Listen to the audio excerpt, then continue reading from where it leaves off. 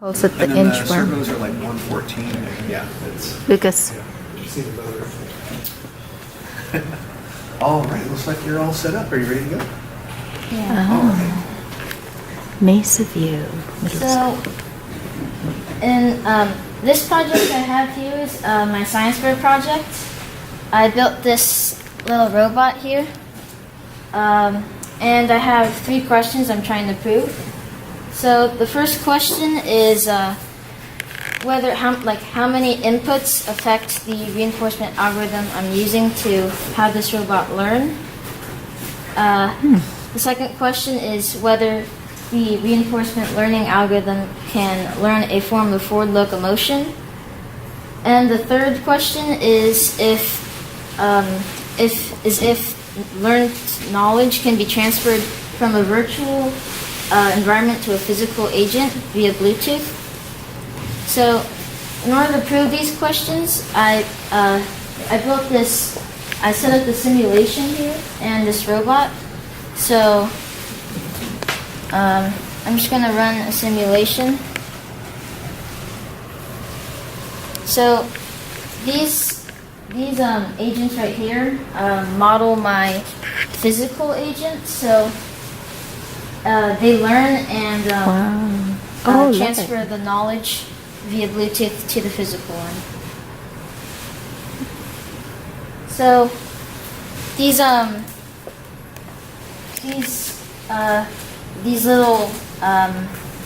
things right here represent the inputs being fed to the reinforcement learning algorithm. These are motor 1 and 2 positions. I'm using Google's Tensor Flow to train the agents. So I have 3 simulations. Each simulation has different inputs. So this one is motor positions, so two inputs, and this one is velocity and acceleration.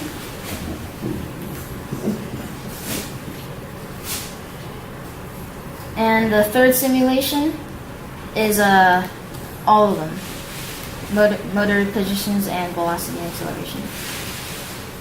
So each of these agents learn differently from the other simulations, like different movements. All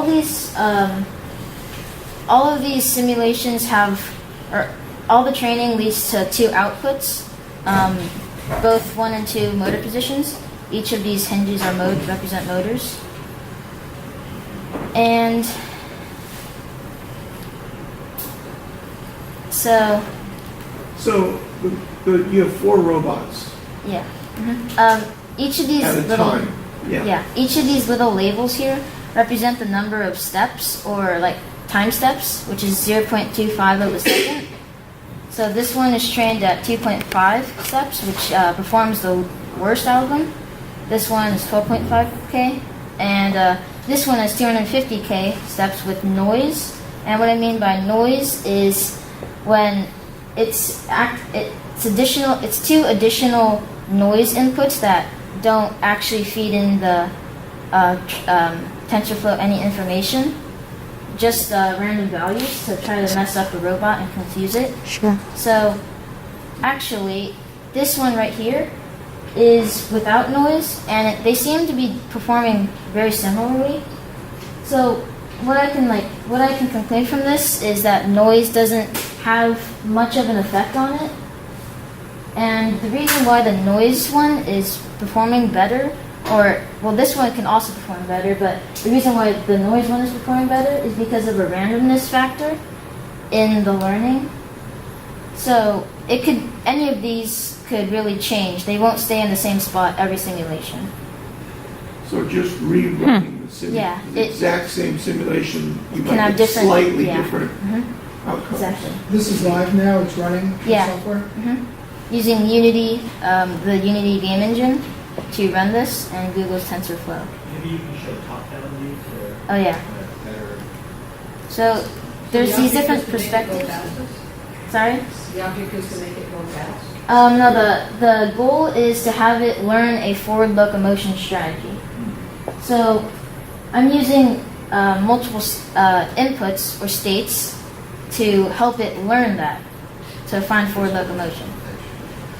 So these guys on top, the 2.5 and the 12.5, they're learning just slower. Yeah. Well, they didn't learn as long as the other ones, so, like these ones with 250K steps. Yeah. So they would naturally perform worse. If you let them go for a long, long time, would they eventually catch up? Yeah. Like if I increase the steps to maybe like 5K, then this one would probably be somewhere up here or something. Are they learning now or are they done learning? I've completed the learning before this and just uploaded the information. How long did that take? About like 20 to 30 minutes, depending on how many inputs you have. That's pretty And fast. how did you train them? I use Simulation. and I use Google's Tensor Flow to train them. So I can also enable Bluetooth to this physical design to prove my last question. Now, so it should transfer the, it should basically mimic, yeah. I'll change the perspective. So it's mimicking this robot right here, or this agent, and it's not completely accurate. It doesn't mimic it full time, but it gets the job done. Which one is it doing? This 250K section. What's the difference between the software and hardware? Can you put it down? Yeah, we want to see it move. Will it go? It might not. Yeah, it doesn't have enough grip. Or There we go. I Yay! can try a different simulation. Awesome. Of course, it's not a simulation by the Yeah. time you put it on. It's a different algorithm.